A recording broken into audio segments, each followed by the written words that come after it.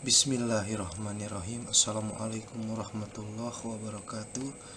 Jumpa lagi bersama saya di channel Al-Quran dan Hadis.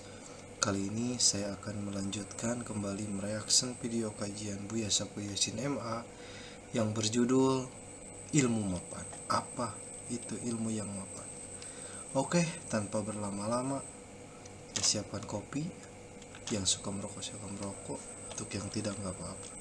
Kita saksikan kajian beliau. Gaskeun. Malam ini kita bicarakan tentang ilmu yang mapan. Ilmu yang mapan. Gini, sebetulnya kasus ini udah lama dibahas dalam ilmu keagamaan, ilmu Islam ya. Ini hadisnya sangat tenar sekali. Mungkin semua orang juga hafal. Yang pernah sekolah madrasah, ibtidaiyah sana pasti hafal. Hadisnya idza mata ibnu Adam in qata'a, hafal bukan kok? Amaluhu ilamin salatin, sadaqatin wa ilmin yunabihi wa waladin salihnya telah. Mendefinisikannya itu nggak tahu, sampai sekarang masih banyak orang yang hafal hadisnya tapi nggak paham. Ya kenapa? Karena persepsinya beda. Orang punya anak 3, yang satu jadi dokter, yang satu jadi insinyur, yang satu ahli kimia. Nangis, saya kepengen dapat anak yang soleh. Jadi kamu punya anak jadi dokter nggak soleh itu. Anak jadi ahli kimia bisa ngeramu racik obat-obatan nggak soleh gitu. Jadi yang soleh seperti apa? Sing bisa ngaji, sing bisa ceramah, yang bisa jadi imam masjid, yang bisa memimpin itu dalam pikirannya. Betul nggak? Ilmun yuntafau bih, ilmu yang bermanfaat, juga persepsinya beda. Iya, yang ilmu bermanfaat itu ilmu yang bisa ceramah, bisa memimpin tahlil, ya, bisa mengerob, bisa mutasrif, iya, bisa bikin pesantren, madrasah, itu ilmu yang bermanfaat. Jadi punya anak jadi dokter, dia ngobatin orang setiap hari, meringankan penderitaan orang lain. Iya. Terus bermanfaat nggak ilmunya? Jadi standar bermanfaatnya seperti apa? Ya itulah saya juga nggak ngerti. Ya ini ilmu yang dangkal semacam ini nggak paham.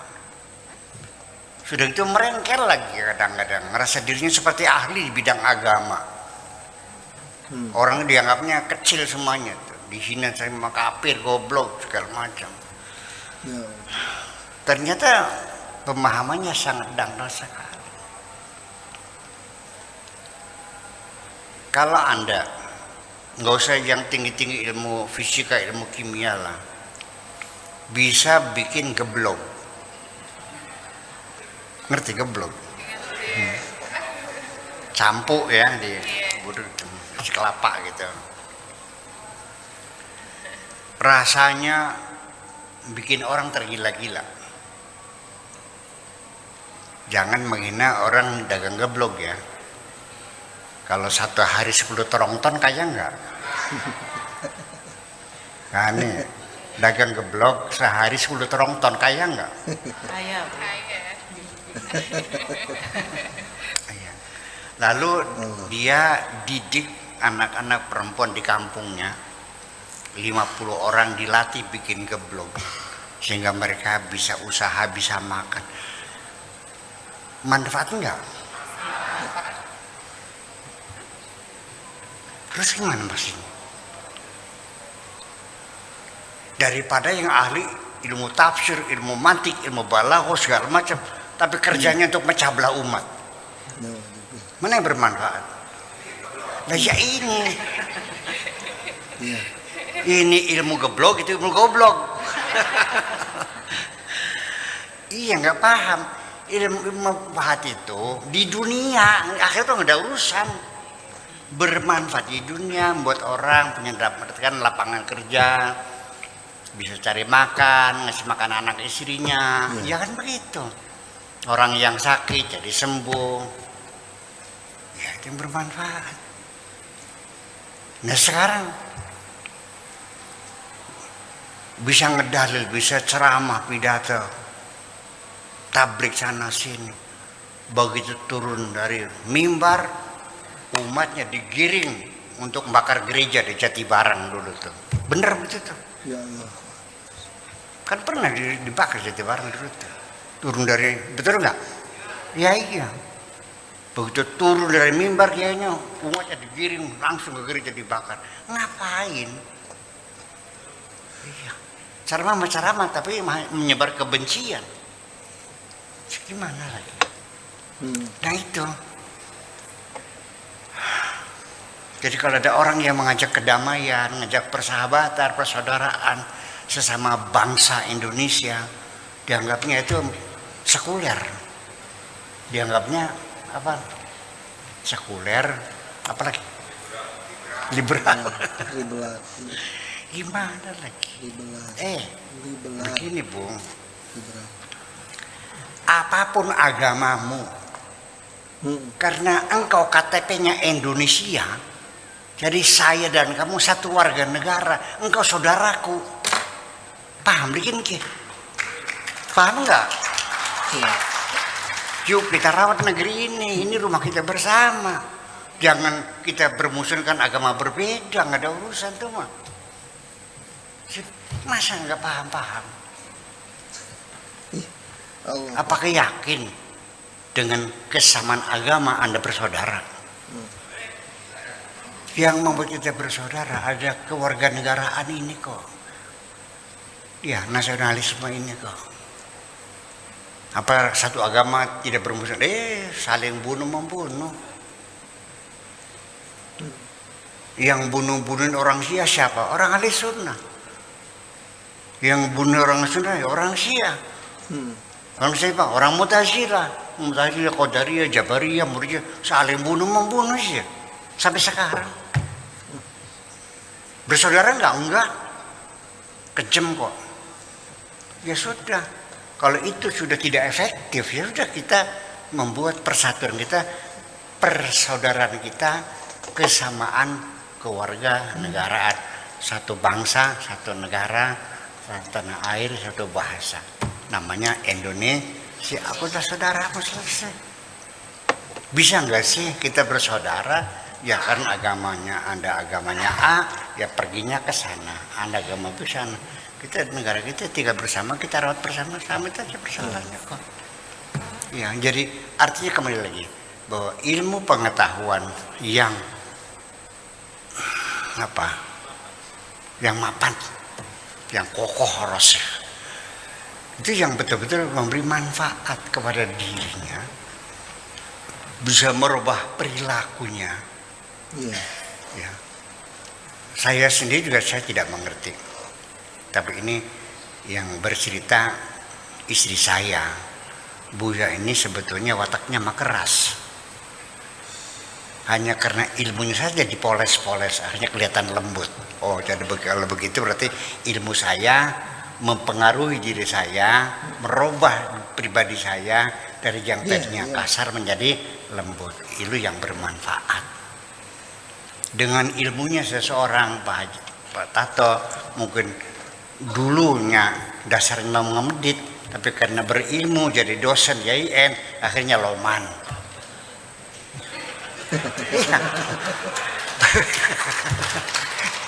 Bermanfaat untuk dirinya sendiri. Dengan ilmunya dia menjadi pegawai negeri, ASN, sebagai dosen. Ya, tidak ada pekerjaan yang lebih mulia dari seorang dosen itu. Iya. Itu kan gurunya mahasiswa. Iya, maksudnya gurunya kan ini. Terus ya, bayangkan mendapatkan gaji terhormat, anak dirinya terhormat, bagaimanapun di tengah masyarakat seorang dosen namanya akan sangat dihormati bagaimanapun juga, ya kan? Jadi ilmunya bermanfaat. Dengan ilmu pengetahuan tentang gizi, akhirnya Anda selama ini alhamdulillah diparingi sehat walafiat. Beli pernah mencret, beli pernah diare, karena makannya hati-hati, tahu ini vitamin, ini protein, segala macam, paham semuanya, kan begitu. Dan ilmu juga untuk yang lain, ya, pada masyarakatnya, itu ilmu yang bermanfaat. Jadi selama ini jangan Anda mengatakan bahwa yang berilmu itu hanya orang yang bisa ngaji. Iya. Jujur saya menggugat. Ini ahli bahasa, dosen bahasa Indonesia, sama satu dosen bahasa Arab. Dibedakan nggak penghormatannya? Beda. Dibedakan nggak? Beda, lebih tinggi Arab loh. Iya. Kenapa? Bahasanya ahli sorga.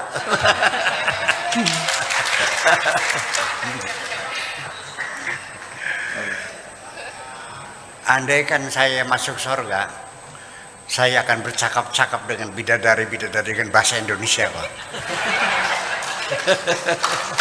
Iya, karena saya lebih mencintai bahasa Indonesia. Kan itu persoalannya. Ya, jadi artinya kita kembali lagi. Mungkin salah persepsi dari awal kita nih. Karena dulu kita belajar agama melalui proses indoktrinasi. Iya. Ya kan?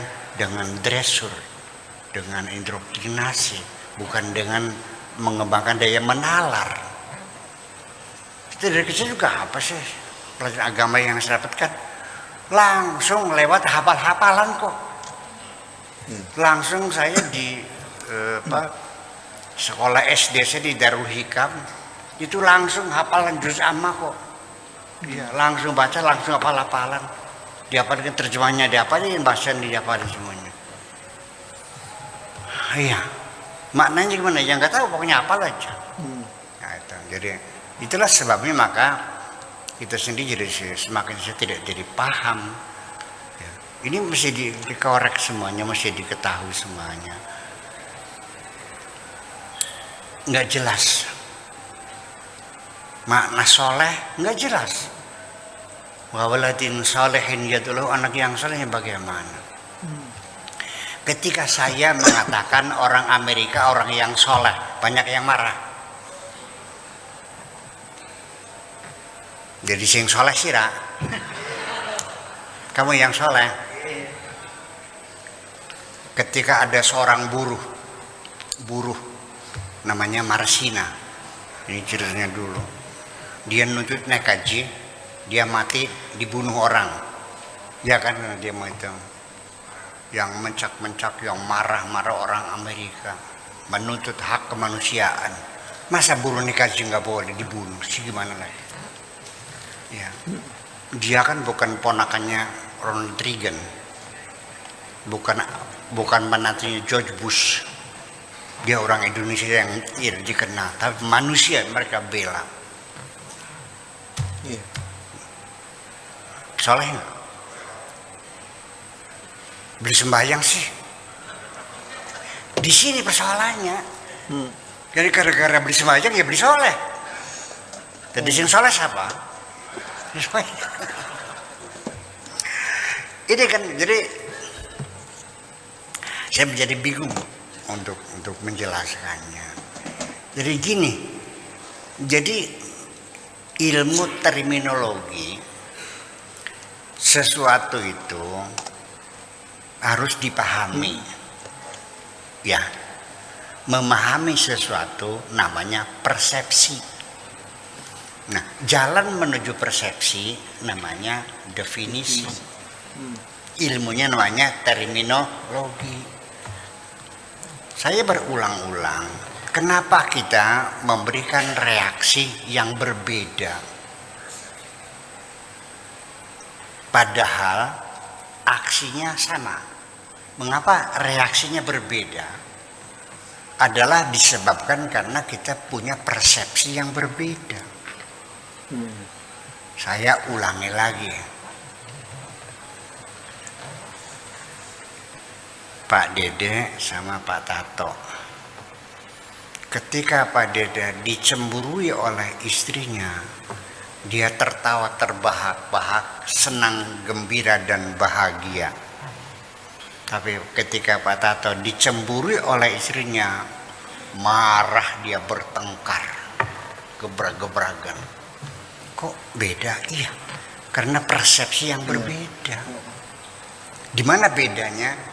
Pak Dede melihat ketika istrinya cemburu, itu artinya istrinya takut kehilangan. Cintanya terlalu besar sehingga takut kehilangan. Seneng nggak? Kalau ini Pak Tato, persepsinya istri curiga, istri cemburu tuh artinya curiga. Iya, iya. Tergantung penerimaan. Ya siapapun kalau dicuriga tersinggung dong.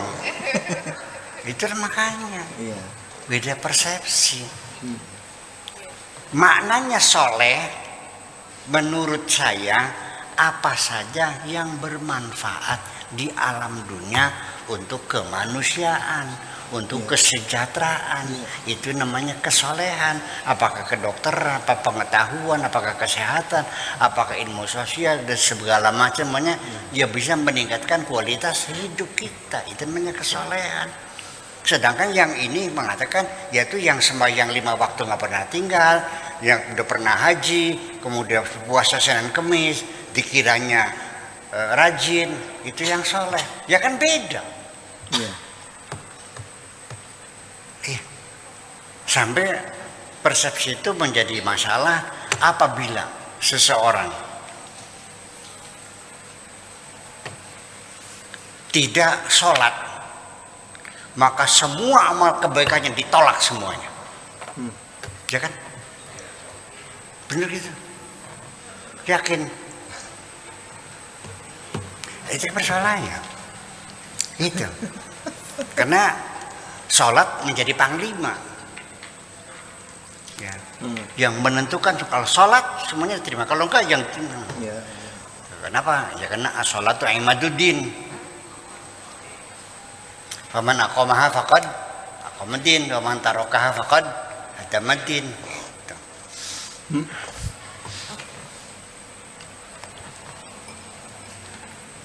Saya jelasin. As-sholatu imaduddin. Sholat itu tiang agama. Ini tiang nih. Faman aqamaha, barang siapa yang menegakkan tiang. Cek. Udah. Faqad aqamaddin, berarti agamanya tegak. Wa man tarakaha, barang siapa meninggalkan tiang, hadamaddin, jatuh nggak pokoknya. Jadi mendirikan agama itu gampang tak sulit? Gampang, bukan bikin tiang, menegakkan tiang. Gampang. Meninggalkannya, iya, nggak ada yang sulit nggak sebetulnya. Yang sulit itu adalah apa yang kau lakukan ada kemanfaatannya tidak. Iya. Ternyata juga untuk dirimu tidak bermanfaat selama ini. Sholatnya rajin berjamaah, tapi bertengkarnya juga rajin. Naik haji tiap tahun, anak yatim dibiarkan terlantar, bener begitu tuh. Ya Allah. Sholatnya rajin, tapi tidak pernah baca buku, kamu nganggur, bertahun-tahun. Nggak baca buku, nggak majalah, nggak koran. Warta berita juga dimatiin kok. Kalau sinetron baru dibuka. Ngaku aja. Saya bersumpah memberikan testimoni bahwa setiap saya berkunjung ke rumah teman, kiai, ulama, tidak pernah saya temu sedang baca kitab. Lagi turu, lagi ngopi, ngobrol. Jadi masa kita kapan? Allah. Ya iya, gimana sih? Nah ini adalah persoalan. Ya, Jadi ya itulah makanya kita malas, nggak paham. Jadi selama ini kewajiban mencari ilmu juga ilmu sebab sholat. Kalau ilmu ekonomi nggak wajib, nggak ada pahalanya. Ilmu fisika nggak ada pahalanya. Ilmu komputer nggak ada pahalanya. Yang ada pahalanya itu ilmu fikih, ilmu tafsir, ilmu hadis, bab sholat, bab najis, bab wudu, itu yang ada. Betul nggak? Dalam pikiran kita seperti itu. Nah saya begini kan pingsan lama-lama nih. Iya. Jadi akhirnya Pak, siapa yang membuat agama sekuler? Kamu juga akhirnya. Iya teman-teman, jadi saya menanggapi sedikit ya. Karena dulu itu sempat saya dengar, bahkan saya baca-baca buku. Dulu itu Islam itu sempat berada di tingkat paling bagus, kejayaan lah disebutnya, kejayaan Islam. Nah makin kesini makin menurun.